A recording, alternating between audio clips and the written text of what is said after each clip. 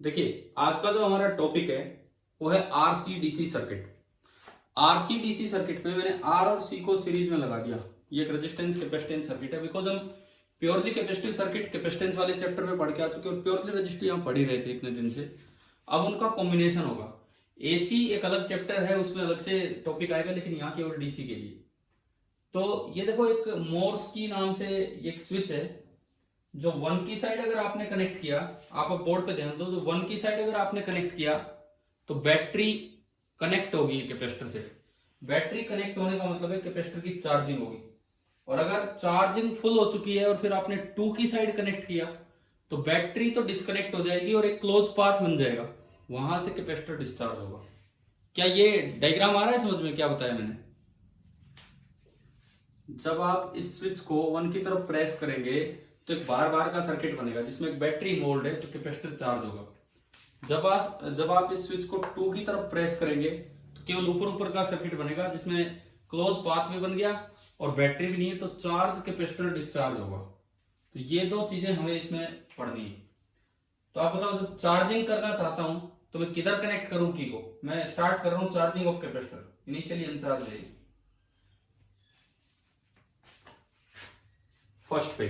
तो अगर हम फर्स्ट पे कनेक्ट करेंगे तो एक ऐसा आरसी सर्किट बन गया जिसमें एक बैटरी इन्वॉल्व है। एक आइडियल, देखो अगर आइडियल ना हो रियल हो, अगर आइडियल ना हो रियल हो तो इसकी रेजिस्टेंस उसमें ऐड कर दिया करो, क्योंकि इस सीरीज में बनता है, पूरा पूरा सीरीज में बनेगा, तो इसकी कोई भी इंटरनल रेजिस्टेंस होगी वो इधर ऐड हो जाएगी इस रेजिस्टेंस में। तो हम स्टार्ट कर रहे हैं चार्जिंग ऑफ कैपेसिटर से। एक अच्छा टॉपिक है आज की क्लास में, ढंग से सीखना इन चीजों का।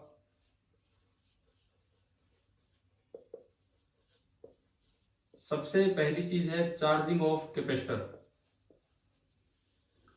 तो उसके लिए हमने क्या किया, connect the key two point 1, और मैंने माना कि ये कनेक्शन मैंने किया है at T equal to 0। T equal to 0 पे मैंने कनेक्शन किया, तो कनेक्शन होते ही तो कैपेसिटर अभी कोई चार्ज हुआ नहीं है। ये आर है, ये सी है, और यहां से आपने बैटरी कनेक्ट की ई, ये आर ये सी। अब t इक्वल टू 0 पे आपने कनेक्ट किया। अब मैं जो डायग्राम बना रहा हूं, सपोज वो डायग्राम में बना रहा हूं at t equal to T, मतलब t टाइम बाद क्या हालत है, क्या हो चुका है इसमें सिचुएशन, वो हम देख रहे हैं। तो at t equal to T अगर हम देखें तो मान लो कैपेसिटर की इस प्लेट पे क्यू चार्ज आ चुका था और इस पे माइनस क्यू, और इस वक्त टी टाइम पे जो करंट सर्किट में चल रहा है दैट इज आई।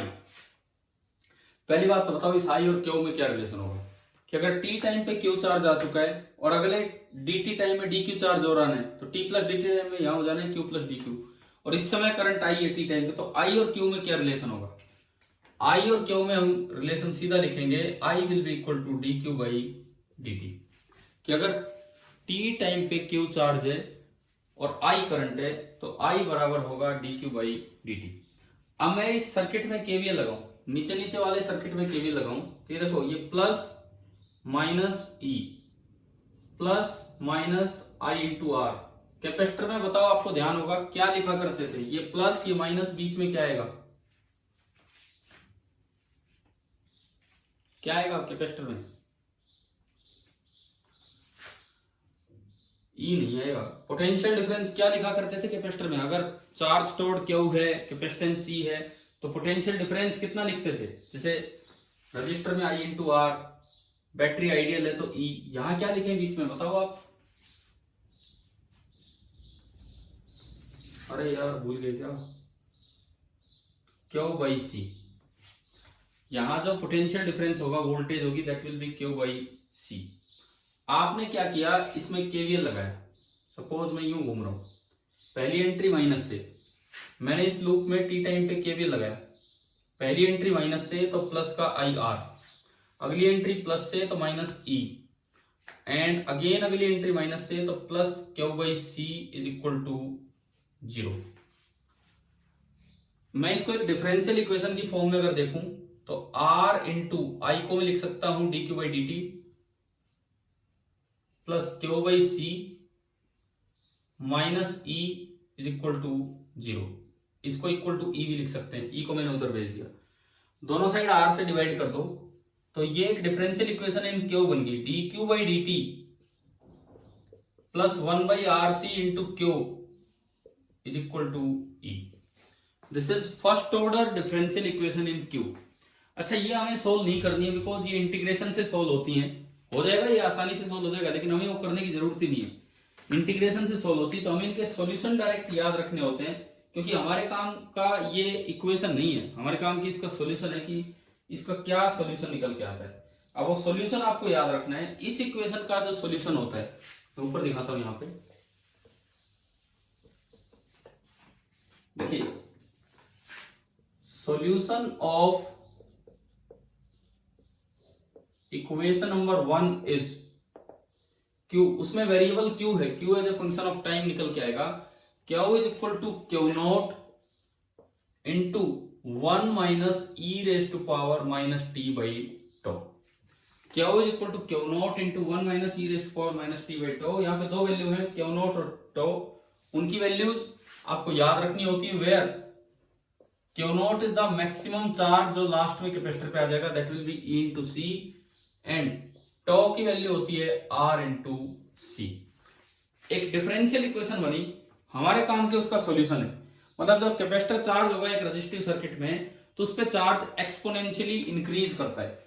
अगर होता क्यू नॉट इंटू ई की power minus T by tau, तो एक्सपोनेंशियली डिक्रीज करता।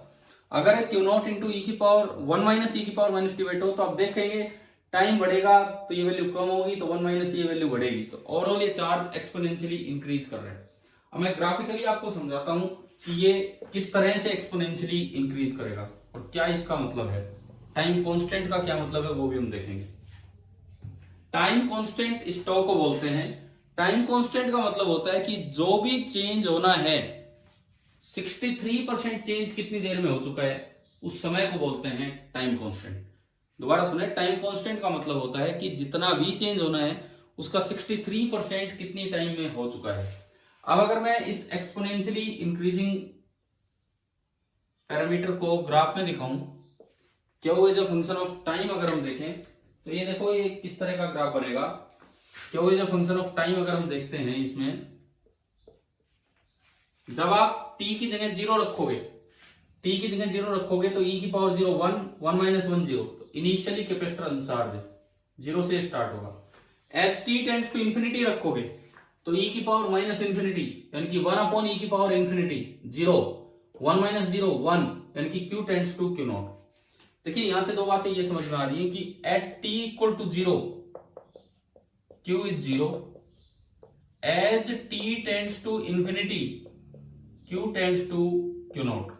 मतलब क्या, ये लास्ट से लास्ट ये वैल्यू q नॉट तक जानी है, लास्ट से लास्ट ये वैल्यू q नॉट तक जानी है, और ये ग्राफ एक्सपोनेंशियली इंक्रीज कभी टच नहीं करेगा, इस तरह से चलता रहेगा। लेकिन शुरू में चार्जिंग फास्ट है, शुरू में चार्जिंग का रेट बहुत फास्ट है, बहुत जल्दी, बहुत कम समय में इतनी ज्यादा चार्ज आ चुका है। अगले उतने टाइम में कम चार्ज आएगा, अगले उतने टाइम में और कम चार्ज आएगा। तो इन बातों का भी ध्यान रखना है, इन पे भी सवाल बन के आ सकते हैं। तो ये आपका ग्राफ बना एक्सपोनेंशियली इंक्रीजिंग ग्राफ, और इसमें जो क्यू नॉट है मैक्सिमम वैल्यू वो तो होती है E इंटू सी, और टाइम कांस्टेंट का मतलब है कि 63% चेंज कितनी देर में हो चुका है। तो ये एक टाइम है टो, जिसमें 0.63 टाइम्स क्यू नॉट चार्ज इकट्ठा हो चुका है कैपेसिटर पे। अच्छा, 0.63 कहां से आया? देखिए इसके लिए आप कुछ वैल्यूज याद रखें। 1 अपॉन नेपियर कांस्टेंट होता है 0.368, आप इसे 0.37 ले लेंगे। 1 अपॉन ई नेपियर कांस्टेंट, तो अगर आप इसमें टी की जगह टो रखेंगे, टो बाई टो 1, ई की पावर -1, ई की power -1 1 by E, 1 by E होता है 0.37, एंड 1 माइनस 0.37 इज 0.63, यानी कि ये वो टाइम है जब 63% चार्जिंग हो चुकी है। ये है आपका टाइम कांस्टेंट। चलो ये बताओ, यहां तक कुछ बातें समझ में आई कि नहीं? हाँ जी, रिप्लाई दीजिए एक बार, फिर मैं पूछता हूं आपसे कुछ सवाल। यहाँ पे यहां तक कि क्लियर हुआ कि ये कैपेसिटर पे चार्ज कैसे बढ़ रहा है? ठीक है, तो अब आप ये बताओ, अगर सवाल आ जाए पेपर में कि R इंटू सी की SI यूनिट क्या होती है, आर इंटू सी की एसआई यूनिट। आर की ओम होती है, कैपेसिटेंस की फेराड होती है, लेकिन आर इंटू सी की एसआई यूनिट, और ऑप्शन में ना ओम है ना फेराड है। इस अरेंजमेंट से देख के बताओ आर इंटू सी आपको क्या लग रहा है। आर इंटू सी, ये टो को हमने बोला टाइम कांस्टेंट, आपने उसे किस एक्सिस पे दिखाया है, टाइम एक्सिस पे दिखाया है, यानी कि आर इंटू सी की यूनिट क्या होगी बताइए, सेकेंड, ओनली सेकेंड। ये भी आपको याद होना चाहिए कि जो आर इंटू सी यहां से निकल के आता है इसकी यूनिट सेकेंड ही होती है, चाहे आर की यूनिट ओम हो चाहे सी की यूनिट फैराड हो, लेकिन आर इंटू सी की सेकेंड होगी। अच्छा, दूसरी बात, अगर मैं करंट की बात करूं कि इस सर्किट में ये ड्यूरिंग चार्जिंग करंट कैसे जा रहा था, तो आई हमने लिखा था D Q by D T. आप जब इसका डिफरेंशिएशन करेंगे तो क्यू नॉट तो कांस्टेंट है, बाहर आ गया, 1 का डिफरेंशिएशन 0 माइनस ई की power minus T by tau का माइनस टी बाई टो, और साथ में आएगा माइनस 1 बाई टो, तो माइनस माइनस प्लस हो गया। बताओ ये डिफरेंशिएशन करना आ रहा है चेन रूल लगा के, कैसे किया हमने? हाँ जी, डिफरेंशिएशन आगे समझ में कैसे किया। 1 का 0, ई की पावर कुछ भी हो उसका वही रहता है, और जो कुछ भी है उसका दोबारा कर दो टाइम के रेस्पेक्ट में, तो टी बाई टो का 1 बाई टो आएगा माइनस के साथ, तो माइनस माइनस प्लस हो गया। यानी कि जो करंट का एक्सप्रेशन आया I, it comes out to be Q not by tau into e raise to power minus T by tau. एक बार मैं क्यू नॉट और टो की वैल्यू रख रहा हूं। क्यू नॉट की वैल्यू है E into C, Q not की वैल्यू है E into C, and tau की वैल्यू है आर इंटू सी, और e rest power minus T by tau, C से सी गया तो आई निकल के आया E by R into e rest power minus T by tau. इसको मैं आई नॉट भी लिख सकता हूं, I not into e rest power minus T by tau. ये करंट का एक्सप्रेशन आया। आप इसे देख के बताओ कि करंट टाइम के साथ बढ़ रहा है कि कम हो रहा है।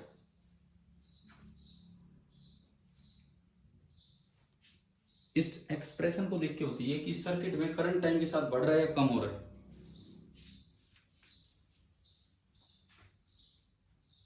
बताओ, कम होगा। कम होगा, इसका मतलब अगर मैं इसी के नीचे करंट का ग्राफ दिखाऊं, अगर मैं इसी के नीचे करंट का ग्राफ दिखाऊं कि आई इस सर्किट में विद टाइम कैसे चलेगा, तो देखिए आई का ये एक्सप्रेशन है, आई का ये एक्सप्रेशन आया आई नॉट इंटू ई की power minus T by tau. अगर मैं टी इक्वल टू 0 रखता हूं तो बताइए आई कितना आ रहा है। इसमें टी इक्वल टू 0 रखने पे आई कितना आया बताओ। टी इक्वल टू 0 रखने पे ई की पावर 0 1 होता है, तो आई आ रहा है I not and that is E by R, and t tends to infinity करने पे आई 0 हो रहा है। मतलब ये जो ग्राफ है ये इस तरह से एक्सपोनेंशियली डिक्रीज करेगा। अब मैं दोनों ग्राफ को कंपैरेटिवली और एक्सप्रेशन क्या आपको याद रखने हैं वो समझाता हूं आपको। देखिए ये रिजल्ट ही इंपॉर्टेंट है, कैसे आया कैसे नहीं आया उसको छोड़िए, रिजल्ट क्या है वो हम देखें, वो हम समझे कि क्या रिजल्ट है। Charging of capacitor through register में हमें दो चीजें पता लगी, एक तो चार्ज विद टाइम कैसे चेंज होता है, और एक करंट विद टाइम कैसे चेंज होगा। चार्ज विद टाइम कैसे चेंज होगा और करंट विद टाइम कैसे चेंज होगा, दो बातें हमें पता लगी। जो क्यू है उसका एक्सप्रेशन आया था Q is equal to Q not into 1 minus E rest power minus T by tau, यानी कि ये बढ़ेगा एक्सपोनेंशियली, ये इंक्रीज हो रहा है और बस एक लिमिट तक जा रहा है, maximum value Q not that is equal to E into C. Current का एक्सप्रेशन हमारा आया I not into e rest power minus T by tau. तो ये आई नॉट से स्टार्ट हुआ, I not that is E by R, और ये decrease करेगा। टाइम कांस्टेंट टो दोनों ग्राफ्स के लिए, time constant tau that is equal to R C, इस सर्किट के लिए भी और इस सर्किट के लिए भी, दोनों सर्किट्स के लिए टाइम कांस्टेंट का मतलब क्या है। टाइम कांस्टेंट वो टाइम होता है जिसमें जितना चेंज होना है उसका 63% हो चुका होगा। तो यहां बढ़ रहा था, 0 से इतना बढ़ना था और 63% बढ़ चुका है, तो यानी कि यहां जो चार्ज होगा that will B 0.63 times Q not. यहां बताओ कितना होगा करंट। जो चेंज होना है उसका 63% हो चुका है, तो ये कितना होगा? फिलहाल ये घट रहा था, जितना घटना था 63% घट चुका, तो यानी कि 37% और रह गया, तो ये बचा 0.37 टाइम्स आई नोट। बताओ ये ग्राफ समझ में आ गए क्या मतलब है? आप इसमें रख के देख सकते हो, टी की जगह टो रखोगे तो आई नोट बाई ई बचेगा, और 1 बाई ई होता है 0.37। तो ये आपके आरसी सर्किट्स के दोनों कंपैरेटिव ग्राफ्स हैं कि किस तरह से चीजें देखनी होती हैं। अब देखो ये जो स्टेट है, जिस वक्त चार्ज और करंट चेंज हो रहे होते हैं, जिस वक्त चार्ज और करंट चेंज हो रहे होते हैं, इनको बोलते हैं ट्रांजिएंट स्टेट, ट्रांजिएंट स्टेट। और ये जो फाइनल स्टेट है, ये जो फाइनल स्टेट है, इसको बोलते हैं स्टेडी स्टेट। फाइनल स्टेट है, इसको बोलते हैं स्टेडी स्टेट, और ये जो चेंज होने वाला है इसको बोलते हैं ट्रांजिएंट स्टेट। ज्यादा चांस है कि क्वेश्चन स्टेडी स्टेट पे आए, कुछ मेंशन नहीं कर रखा तो भी क्वेश्चन स्टेडी स्टेट पे है, लेकिन अगर आपको समझ में आ जाए कि ये बीच के किसी टाइम पे पूछ रहे तो वो ट्रांजिएंट स्टेट पे है। अब यहां से सबसे पहले तो स्टेडी स्टेट के रिजल्ट्स देखिए आप क्या है, स्टेडी स्टेट्स के और बिल्कुल जस्ट इनिशियल स्टेट के रिजल्ट। t बराबर 0 पे आप बताओ, t बराबर 0 पे ये हमारा सर्किट था, मैं आपको एक बार दोबारा से दिखा दूं। एक उस सर्किट में रेजिस्टेंस था, एक उस सर्किट में कैपेसिटेंस था, एक बैटरी थी, और जैसे आपने बस स्विच कनेक्ट किया है, स्विच कनेक्ट किया है t इक्वल टू 0 पे। एक बार t बराबर 0 पे करंट देख के बताओ कितना है t बराबर 0 पे, ग्राफ से देख के बोलिए t बराबर 0 पे करंट कितना है, जल्दी बोलो। t बराबर 0 पे करंट कितना है इस समय? करंट कितना है ग्राफ में? E by R. तो यहां देखो E बाई आर करंट तो तब होता है जब सर्किट में बस एक रेजिस्टेंस होता और सारी कनेक्टिंग वायर होती। इसका मतलब पहला रिजल्ट, पहला इंपॉर्टेंट रिजल्ट मुझे ये मिला कि just after connection, just after connection, connection करते ही, just after connection a capacitor behaves as short circuited. Short circuited का मतलब है as a connecting wire. Just after connection a capacitor behaves as short circuited, मतलब एक connecting wire की तरह काम करेगा किसी भी सर्किट में। जस्ट आफ्टर कनेक्शन अगर करंट पूछा, कैपेसिटर को कनेक्टिंग वायर से रिप्लेस करके करंट निकाल दो। क्या ये रिजल्ट याद कर लेना है? ये याद हो जाएगा ना, ये क्या है अभी यूज करेंगे हम, ठीक है। और दूसरी बात, at t tends to infinity, मतलब इंफिनिटी नहीं होता, 1-2 सेकंड में हो जाता है इतना स्टेडी स्टेट। स्टेडी स्टेट पे बताओ करंट कितना है? स्टेडी स्टेट पे करंट कितना है? ये दिख रहा है ना, कितना हो गया करंट जाते जाते स्टेडी स्टेट पे? इनफाइनाइट नहीं हो रहा, 0 हो रहा है, इनफाइनाइट तो टाइम जा रहा है। करंट कितना हो रहा है? करंट देखो आप, स्टेडी स्टेट पे करंट कितना हो रहा है? 0। तो इसका मतलब पहला रिजल्ट तो ये था, और दूसरा रिजल्ट होगा at steady state capacitor behaves as open circuited. Just after connection तो कैपेसिटर शॉर्ट सर्किट की तरह काम करेगा, and at steady state capacitor open circuit की तरह काम करेगा। और अगर आपको खाली सर्किट दे रखा है और कुछ नहीं बताया कहां की बात कर रहा है, तो आप स्टेडी स्टेट समझ लिया कीजिए उसे। ये बताओ भाई, ये 2-3 रिजल्ट्स आरसी डीसी सर्किट के समझ में आ गए क्या आपको? ठीक है। अरे आज पार्टिसिपेंट्स हैं कि नहीं, कोई खास जवाब नहीं आ रहा है।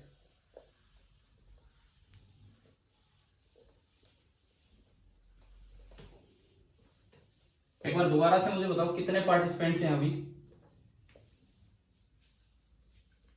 तो 20 बच्चों, मतलब 20 बच्चों। भाई ध्यान से सुनो, मैं अभी एक क्वेश्चन पूछ रहा हूं जो एम्स में आया था, पता नहीं कौन से ईयर में आया था, एम्स के एग्जाम में क्वेश्चन आया था। मैं आपको 4 ऑप्शंस भी दूंगा और आपको पहचानना है कि क्या इस तरह के क्वेश्चंस आप कर पा रहे हैं कि नहीं। ध्यान से देखना। अभी एक सर्किट डायग्राम है, एम्स एग्जाम में क्वेश्चन पूछा गया था, आप देखिए ध्यान से।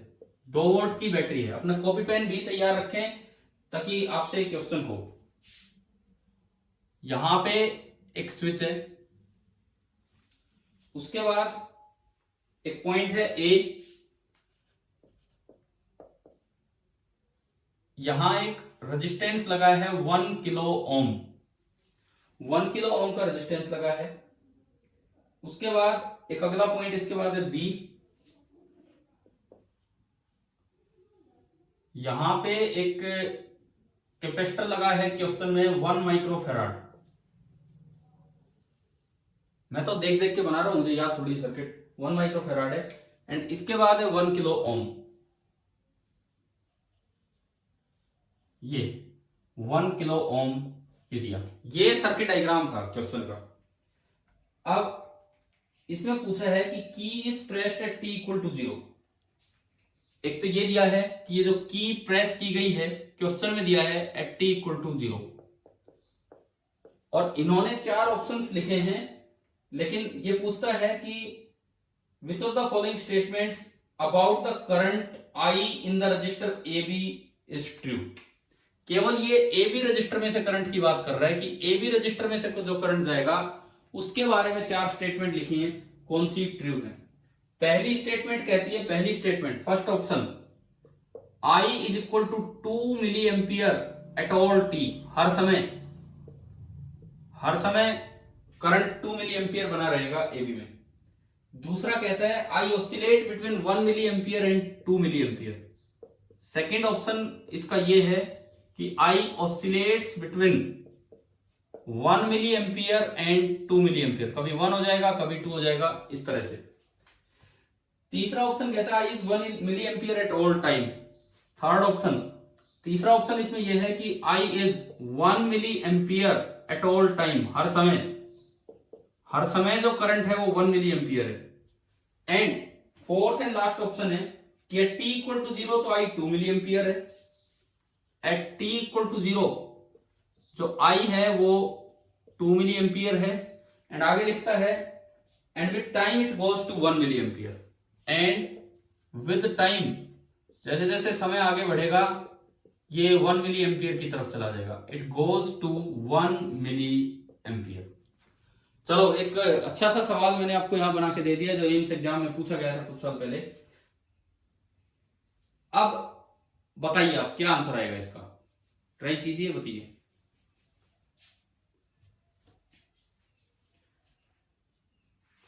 जो 2 रिजल्ट्स पढ़े थे उनको ध्यान में रखते हुए आगे बढ़िए।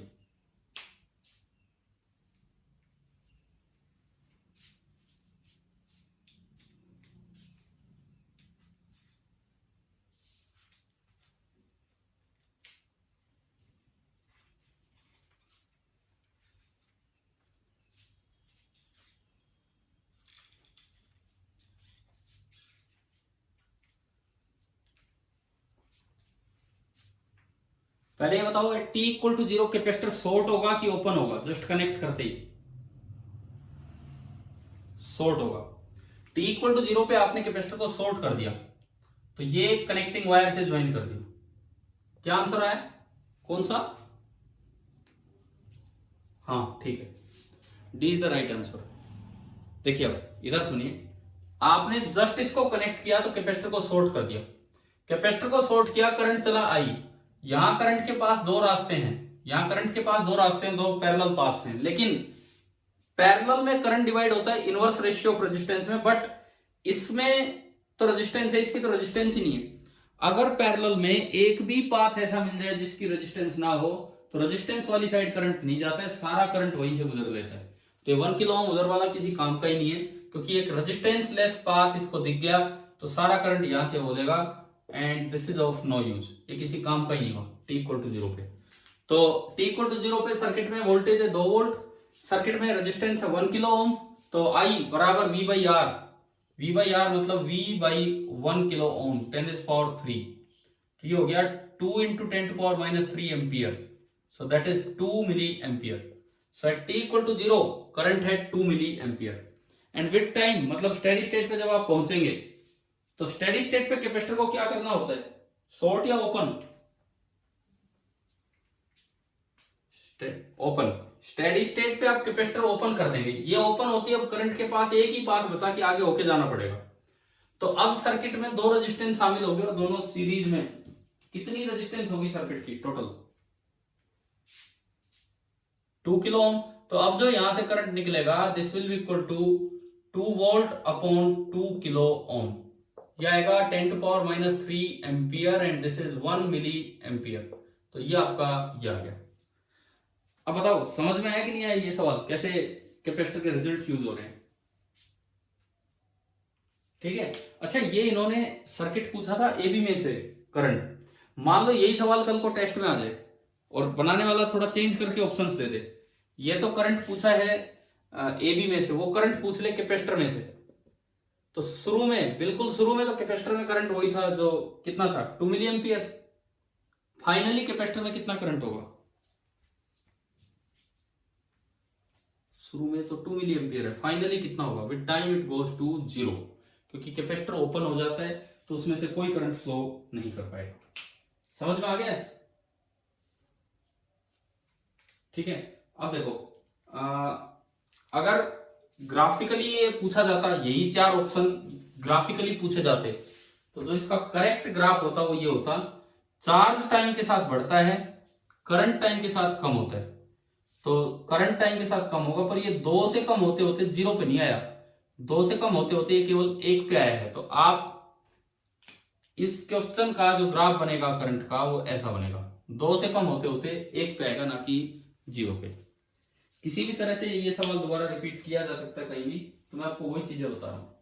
तो ये सवाल हमने लिया जो 2 स्पेशल पॉइंट्स को उजागर करता है कि at t equal to 0 capacitor short होता है and at steady state capacitor को ओपन करना होता है डीसी में।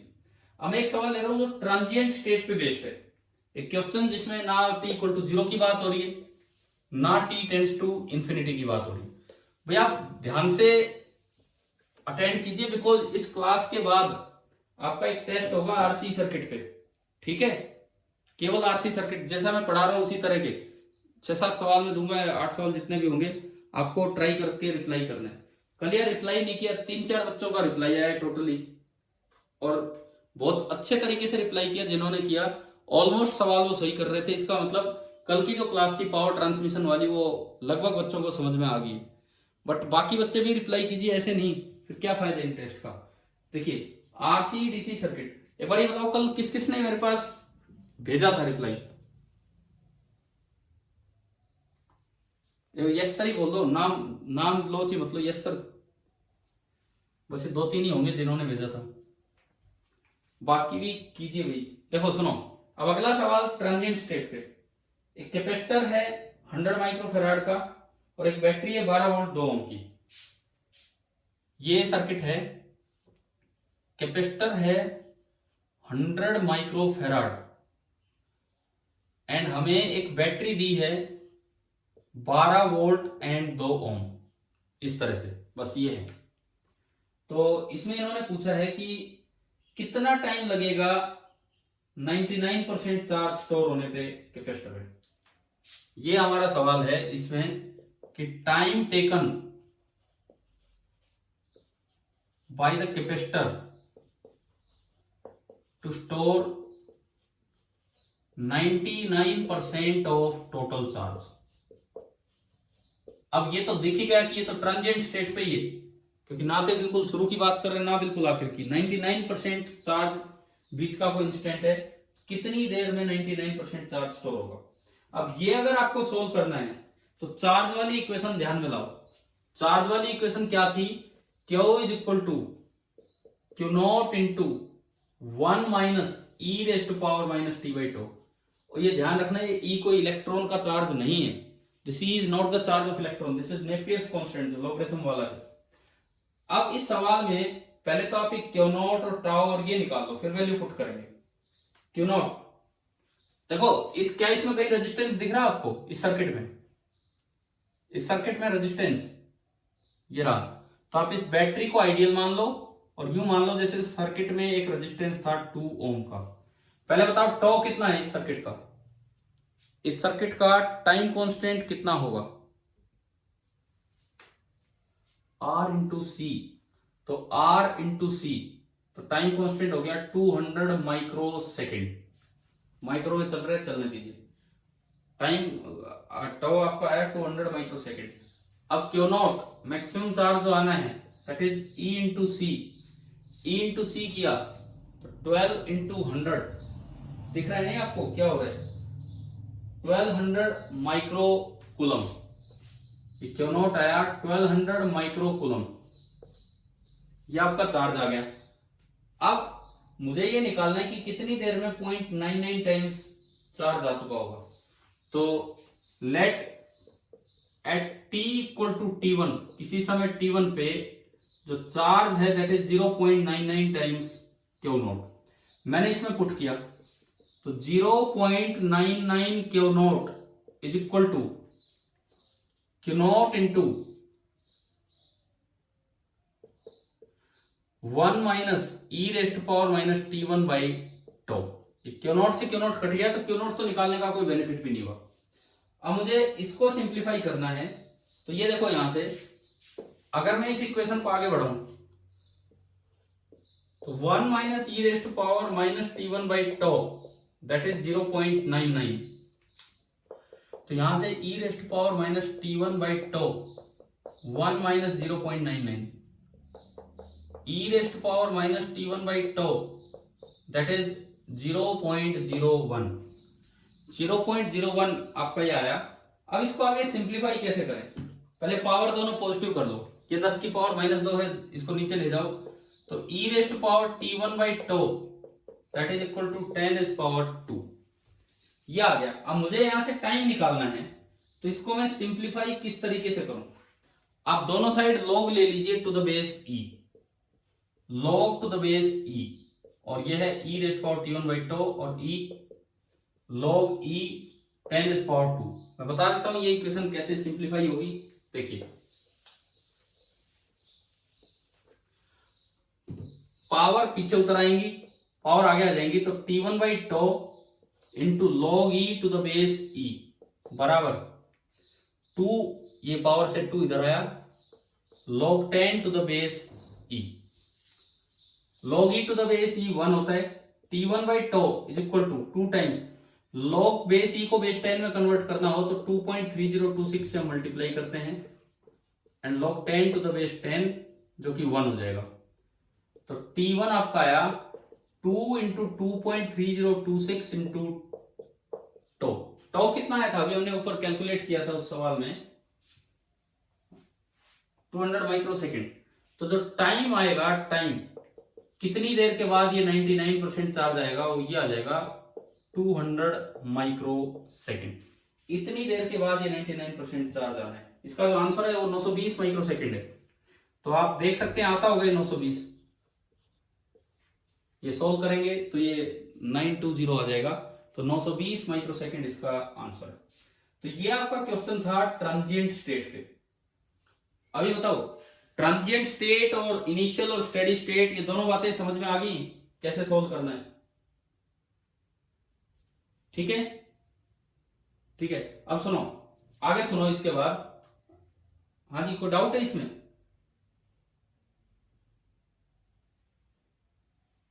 सोल्व कैसे किया, इक्वेशन कैसे सोल्व की, ये बताऊं।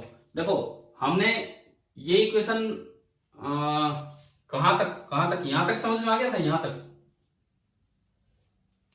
दोनों साइड log लिया, log to the base e, तो log to the base e ये पूरा नंबर जो ये था and log to the base e ये पूरा नंबर ये स्टेप क्लियर है? आप बोलते रहना ये स्टेप क्लियर है, ठीक है।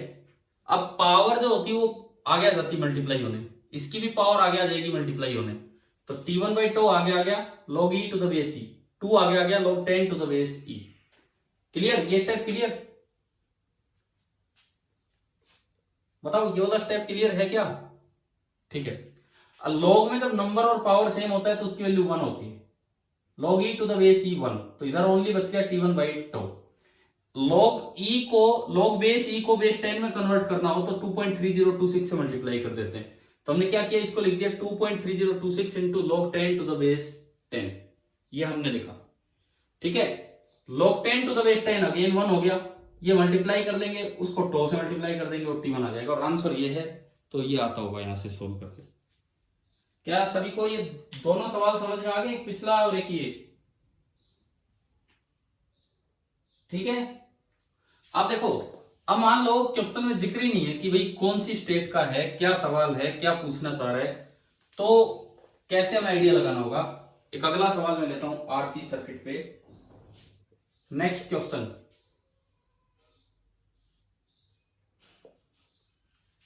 ये कोई वोल्टेज है, बैटरी है, इसके सामने एक रेजिस्टेंस लगी है आर, उसके बाद अगेन इसी तरह का डायग्राम है और ये कैपेसिटेंस है सी, ये भी वोल्टेज है वी, और नीचे एक और बैटरी लगा रखी है 2V and 2R, 2V and 2R।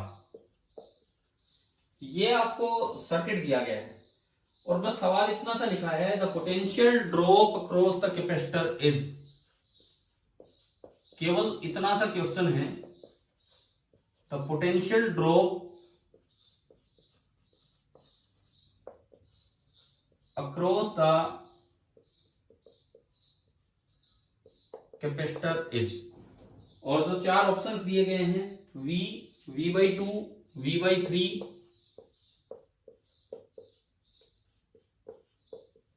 And 2V/3। Suppose ये क्वेश्चन आ गया आरसी सर्किट में और इन्होंने कुछ नहीं बताया भाई कौन सी स्टेट का है, क्या है, जस्ट आफ्टर कनेक्शन है कि ट्रांजिएंट है कि स्टेडी स्टेट है, और बस इतना पूछ लिया potential drop across the capacitor बताना है क्या होगा। तो पहली बात तो किस स्टेट पे जाके सोल्व करना होगा, ये कौन सी स्टेट का ही सवाल है बताओ, स्टेडी स्टेट। अब देखो कैसे सोल्व होगा, फटाफट सोल्व हो जाएगा। स्टेडी स्टेट पे कैपेसिटर को क्या कर देना होता है, ओपन या शॉर्ट, ओपन, तो आप इसको ओपन कर दो और इसके दो टर्मिनल्स को नाम दे दो एक्स और वाई, और मुझे निकालना है एक्स और वाई के बीच का पोटेंशियल डिफरेंस। अब ये ब्रांच तो ओपन ही होगी, ये तो हटी गई सर्किट में से, ये हटी गई, तो इसका मतलब बस मुझे यहां तक पहुंचना है, एक्स और वाई निकालना है और इसमें कोई करंट होगा नहीं।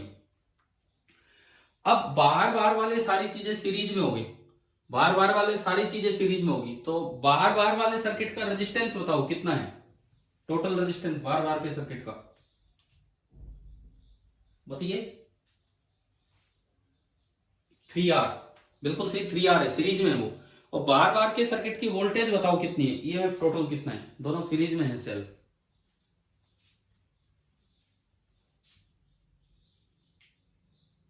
बोलिए, हमने पढ़ा है ना कि सेल्स अगर सीरीज में हो तो ई इक्विवेलेंट होता है E1 plus E2 plus up to EN, पढ़ रखा है सेल्स का कॉम्बिनेशन विद पोलैरिटी, पोलैरिटी का ध्यान रखते हो। तो आप बताओ यार, मुझे जवाब दो, ई इक्विवेलेंट कितना है बाहर बाहर वाले सर्किट में, नहीं बोल पा रहे हो, सुनो, इन दोनों का एल्जेब्रिक सम होगा, परंतु ये करंट उधर भेजना चाह रहा है, वो करंट उधर, तो अपोजिट पोलैरिटी से लगे हैं तो घट जाएगा, बड़े बेस छोटा घट जाएगा। तो इस सर्किट में जो करंट होगा मैं लिख देता हूं आपके लिए, इसके अकॉर्डिंग चलेगा, और जो आई चलेगा that will be E equivalent तो 2V minus V upon R equivalent 2R plus R, तो आई आया V/3R। अच्छा, अगर किसी बच्चे को इसमें डाउट हो तो यार बाहर बाहर घूम के केवीएल लगा लो, कोई दिक्कत ही नहीं। आप ये मान लो कि ये करंट आई चला, क्योंकि ये तो ओपन हो गया, ये तो ओपन ही हो गया, आप ये मान लो कि ये करंट आई चल रहा है, आप बाहर बाहर वाले सर्किट में केवीएल लगाएंगे तो भी आंसर आएगा, यही आएगा आंसर। कैसे, ये माइनस प्लस 2V, ये plus minus I into 2R, ये plus minus I into R, और ये प्लस माइनस V, केवीएल लगा के भी निकाल लोगे ना, ये आई आ गया यहां पे, ठीक है, करंट आ गया मेरे पास V/3R। अब मुझे Vx माइनस Vy निकालना है, करंट आ गया V/3R और मैं निकालना चाहता हूं Vx माइनस Vy। तो एक बार करंट का यूज करके यहां बताओ, यहां कितना पोटेंशियल डिफरेंस है, I into 2R, I into 2R में आपने I की वैल्यू पुट की V/3R, I की जगह पुट किया V/3R, तो ये कितना बचा, दिख क्या होगा ना आपको, I की जगह पुट करेंगे V/3R, तो ये बचता है 2V/3। क्या ये आया ये स्टेप समझ में? यहां देखो, यहां आई की जगह V/3R पुट किया, V/3R, R से R कटा, तो यहां कितना बचा V/3, ये आपका बच गया V/3। आप निकालना चाहते हो ये पोटेंशियल डिफरेंस, मान लो ये प्लस है ये माइनस है, पोटेंशियल डिफरेंस अक्रॉस कैपेसिटर, ये मैं निकालना चाहता हूं। चाहे आप ऊपर वाले लूप में घूम लो चाहे आप नीचे वाले लूप में घूम लो, VC आ जाएगा। सपोज मैं ऊपर घूम रहा हूं, ऊपर वाले लूप में, हाँ जी, पहली एंट्री लिखवाओ भाई, इसमें अब केवीएल लगवाओ। मैंने सारे V की टर्म्स में लिख दिए। पहली एंट्री माइनस से, तो क्या लिखूं, करवाओ इसमें, बोलो फटाफट आप, ऊपर वाले लूप में पहली एंट्री माइनस से तो प्लस का VC, अगली एंट्री प्लस से तो माइनस V, अगली एंट्री माइनस से तो प्लस V, एंड अगली एंट्री माइनस से तो plus V/3 is equal to 0। तो यहां से ये तो कट गए, तो VC मेरे पास आ गया माइनस V/3। माइनस V/3 आने का यही मतलब है कि आपने प्लस माइनस उल्टे लगा रखे हैं। इसका मतलब ये साइड प्लस होगी और ये साइड माइनस होगी। और अब अगर आप एंट्री लेते तो प्लस से एंट्री पहली होती तो माइनस के साथ लिखा जाता, और ये माइनस के साथ लिखा जाता तो अपने आप VC आ जाता V/3। तो आपका ऑप्शन आ गया C। ये बताओ, ये क्वेश्चन समझ में आया कि दोबारा समझाऊं? क्लियर हो गया सभी को? ठीक है। मतलब कोई भी अजीब सा क्वेश्चन आ जाए जिसमें जिक्र नहीं कर रखा हो, कैपेसिटेंस लगा रखा है डीसी में और जिक्र नहीं कर रखा, तो आप स्टेडी स्टेट पे जाके जैसे रजिस्टिव सर्किट को सोल्व करते वैसे कर लो, कैपेसिटर को ओपन करके। इसमें गलती बच्चे कई बार क्या करते हैं, मुझे यहाँ पोटेंशियल डिफरेंस निकालना है, एक बड़ी गलती जो बच्चे करते हैं वो ये देखते हैं कि ये तो ओपन हो गया तो ब्रांच को ही हटा दो। ठीक है, करंट तो फ्लो नहीं करेगा, लेकिन ब्रांच को मत हटाओ, क्योंकि एक बैटरी लगी है जो इसके और इसके बीच में हमेशा पोटेंशियल डिफरेंस बना के रखेगी। अगर आपने ब्रांच ही हटा दी तो आपने इसका और इसका पोटेंशियल सेम मान लिया। क्या समझ पा रहे हो मैं किस गलती की बात कर रहा हूं? समझ गए ना आप क्या गलती हो जाती है? ये ब्रांच ऐसे नहीं हटानी, करंट कैलकुलेट करना होता तो हटा देते, लेकिन यहाँ पोटेंशियल डिफरेंस देखना है। अच्छा, आरसी सर्किट में बताओ, कुछ मैंने 2-3 अलग अलग टाइप के क्वेश्चन से आपको बताया है, कुछ चीजें समझ में आई आरसी सर्किट से? अब आखिरी काम, आरसी सर्किट में आखिरी काम, कि किसी भी सर्किट का टाइम कांस्टेंट निकालना हो तो कैसे निकालते हैं? Tau of RC DC circuit, कोई भी कॉम्प्लिकेटेड नेटवर्क आए तो उसमें टाइम कांस्टेंट कैसे निकाला जाएगा, अब हम उस चीज की तरफ चलेंगे। मैं आपको 2 मेथड सिखाऊंगा। देखो, पहला मेथड, ये मैंने एक सिंपल सर्किट बनाया,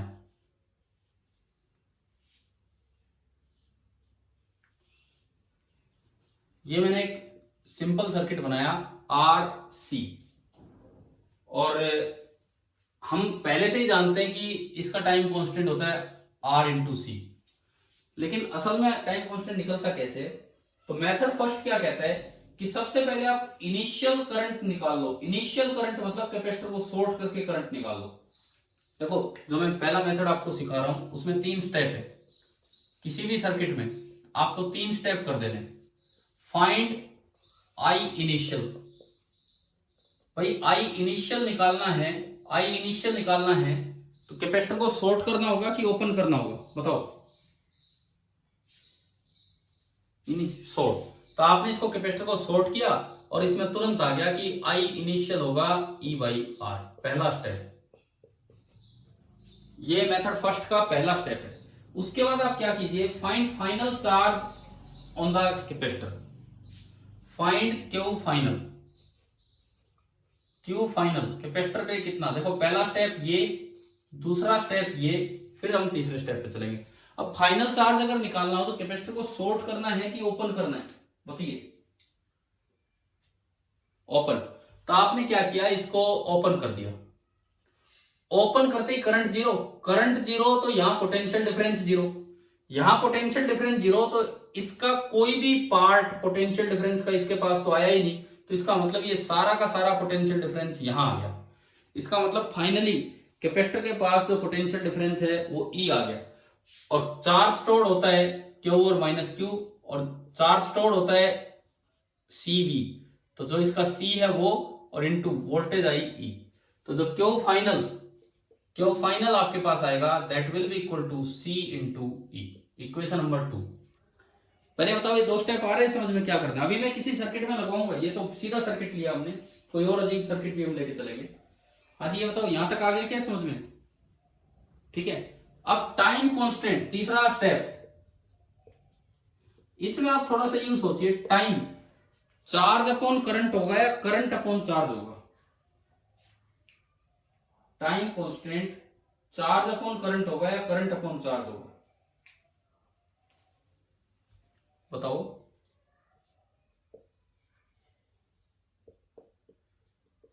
टाइम होता है चार्ज अपॉन करंट। क्यों भाई? करंट होता है चार्ज अपॉन टाइम, करंट होता है चार्ज अपॉन टाइम, तो टाइम हो गया चार्ज अपॉन करंट। ये केवल इसलिए कि आप भूल ना जाए किसको किससे डिवाइड करना है। आप क्यू फाइनल को आई इनिशियल से डिवाइड कर दो तो time constant of the circuit आ जाता है। क्यू फाइनल कितना है? सी इंटू ई, और I initial E by R. तो रेसिप्रोकल करोगे ई से ई तो कट जाएगा। आप बताइए क्या टाइम कांस्टेंट आ गया कि नहीं? R C. बताओ किसी भी सर्किट का टाइम कांस्टेंट निकालने का मेथड फर्स्ट आपको समझ में आया? जल्दी जल्दी करो, थोड़ा सा टाइम कम है, बस ये लास्ट ही काम चल रहा है। एक मेथड सेकंड और करवाना है, लेकिन मैं एक सर्किट में अप्लाई करवा दूंगी। जैसे मान लो, पहले सुन लो फिर से। इनिशियल करंट निकालो कैपेसिटर को शॉर्ट करके, फाइनल चार्ज निकालो कैपेसिटर को ओपन करके, and Q final by I initial कर दो, वो आपका time constant of the RC circuit हो जाएगा। जैसे मान लीजिए मैं एक क्वेश्चन लेता हूं इन्हीं स्टेप्स को समझाने के लिए, ताकि आपको टाइम कांस्टेंट निकालना आ जाए। ये एक वोल्टेज है V,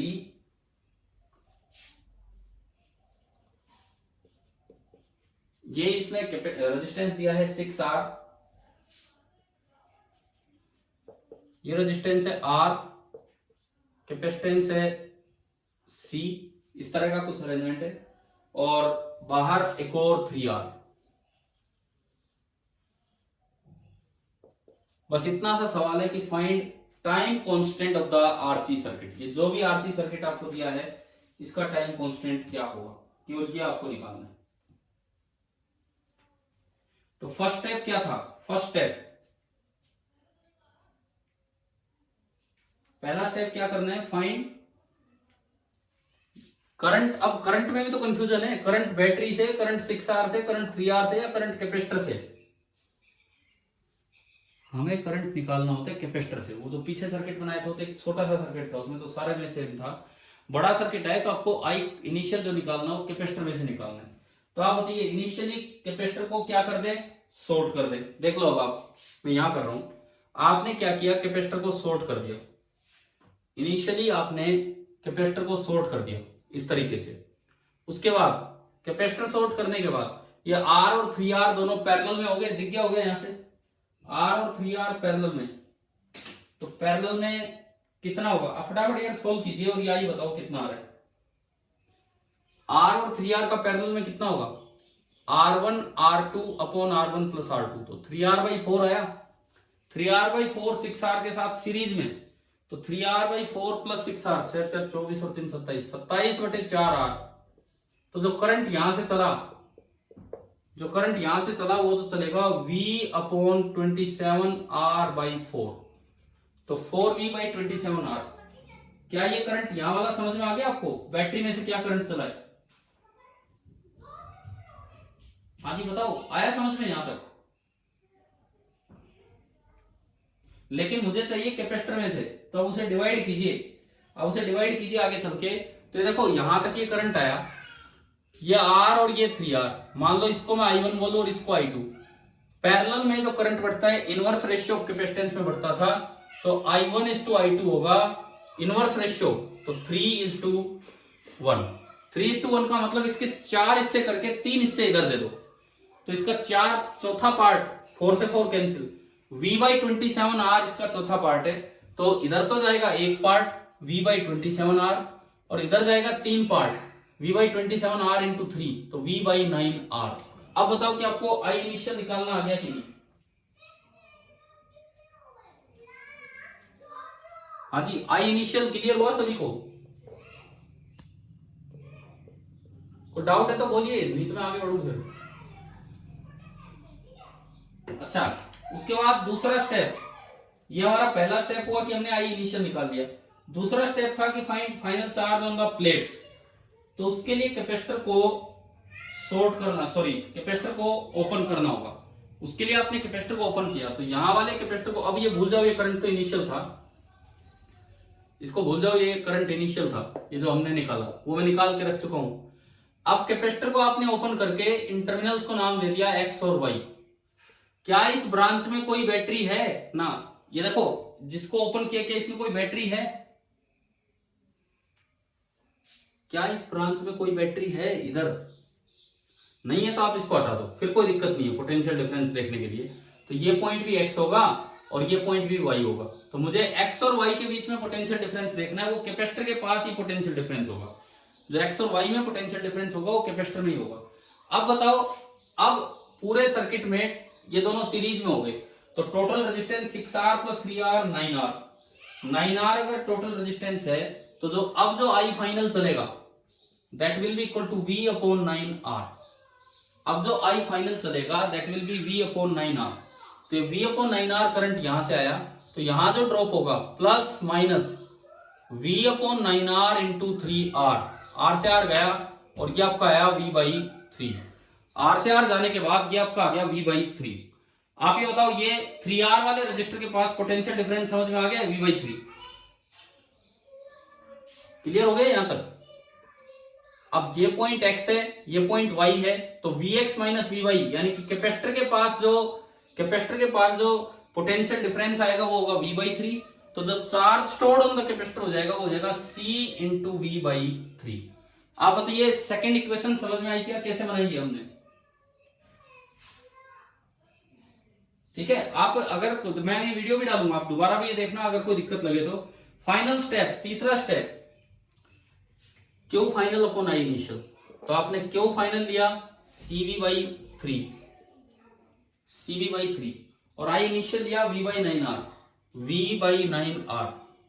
तो V से V गया तो ये आपका आंसर आ गया 3RC, यानी कि इस सर्किट का जो टाइम कांस्टेंट है दैट इज 3RC। बताओ, हम डिफरेंट क्वेश्चंस लेके चीजें समझते जा रहे हैं, क्या ये पार्ट क्लियर होता जा रहा है कि नहीं? ठीक है, ठीक है। एक आखिरी मेथड, आखिरी काम आज का, मेथड सेकंड, वो और हम सीख लेते हैं। आपको वो आसान लगे तो वो कर लेना, ये आसान लगे तो ये कर लेना। आखिरी पार्ट हम कर रहे हैं, मेथड सेकंड। ये भी छोटा ही मेथड है टाइम कांस्टेंट निकालने का। देखिए, आपको सर्किट में जो भी सर्किट दिया गया है, बैटरीज को शॉर्ट कर दीजिए और कैपेसिटर को ओपन कर दीजिए। पहले मैं एक बार सर्किट दोबारा बना रहा हूं। तो जो हमने सर्किट लिया था वो ये लिया था कि ये 6 वोल्ट की बैटरी थी और ना V वोल्ट की बैटरी थी और 6R का ये रेजिस्टेंस था। V वोल्ट की बैटरी, 6R का रेजिस्टेंस, देन RC, इस तरह का अरेंजमेंट था यहां, और आखिर में ये 3R था। देखो, जो दूसरा हमारा मेथड है वो कहता है कि आप कैपेसिटर को ओपन करके बैटरी को शॉर्ट कर दीजिए और एक सर्किट दोबारा बना लो। कैपेसिटर को ओपन किया तो ये X, ये Y, यहां कैपेसिटेंस है C। बैटरी को शॉर्ट कर दो, अगर कोई रेजिस्टेंस होती तो इसमें ऐड कर लेते, अभी सीधा शॉर्ट किया। एक छोटा सा नेटवर्क बन गया और उसमें R इक्विवेलेंट निकाल लो अक्रॉस X एंड Y। आप R इक्विवेलेंट निकाल लीजिए अक्रॉस X एंड Y, और जो टाइम कांस्टेंट होगा that will B R equivalent across X and Y into जो कैपेसिटेंस आपने हटाया है वो। ये भी एक छोटा मेथड है, R equivalent across X and Y and जो कैपेसिटेंस आपने हटाया है वो। अब R equivalent across X and Y तो हम आसानी से निकाल सकते हैं। ये Y, ये भी Y, ये Y है, यहां तक ये Y चलेगा। इसको Z बोलना पड़ेगा, तो ये भी Z है, ये Z और ये Z। अब बताओ कैसे निकालते थे R equivalent across X and Y? एक को X बोल दिया, एक को Y बोल दिया, और बीच में एक को Z बोल दिया। एक एक को उठाएंगे। ये R किस किस के बीच में? X और Z। ये R X और Z के बीच में। ये 6R Y और Z, और 3R भी Y और Z। तो ये देखो 6R and 3R, 6R and 3R दोनों Y और Z में।